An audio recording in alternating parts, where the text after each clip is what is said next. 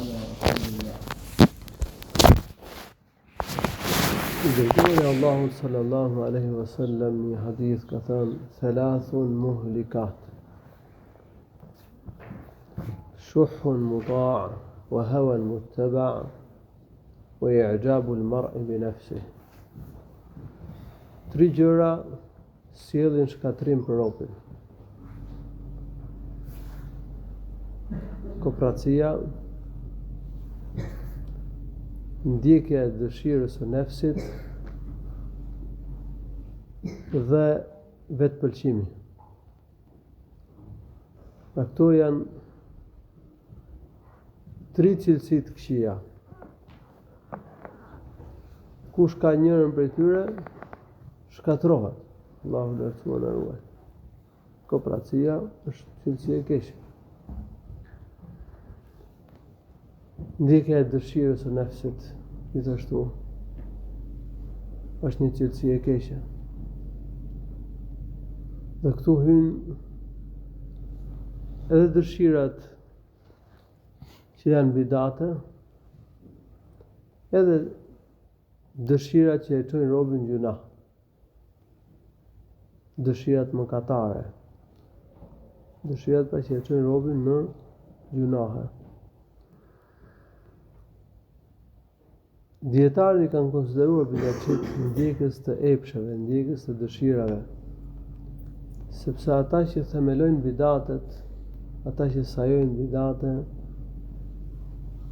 ndjekin dëshirën, nuk ndjekin Kur'anin dhe Sunetin e Profetit sallallahu alaihi wasallam, ndjekin dëshirën e nefsit.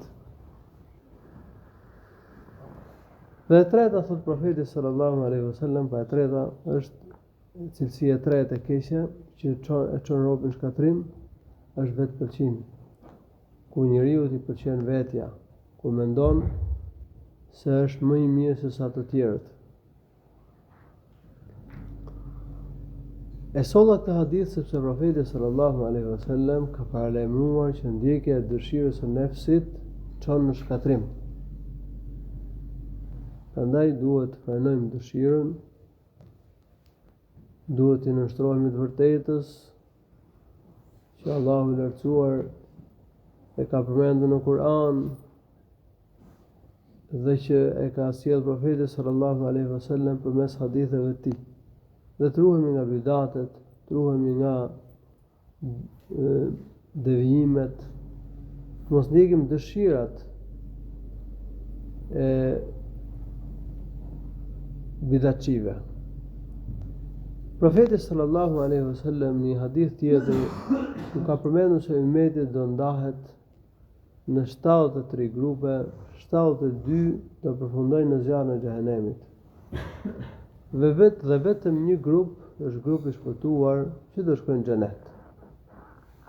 Ka përmendur se do dalën njerëz se yakhruju fi ummati aqwamun tatajara bihim tilka al-ahwa كما يتجارى الكلب بصاحبه لا يبقى منه عرق ولا مفصل إلا دخل فيه.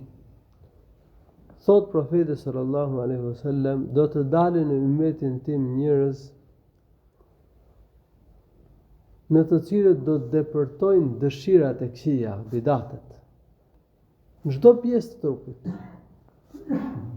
Ashtu sikurse ajo smundja el keleb që shkaktohet nga kafshimi i qenit të tërbuar.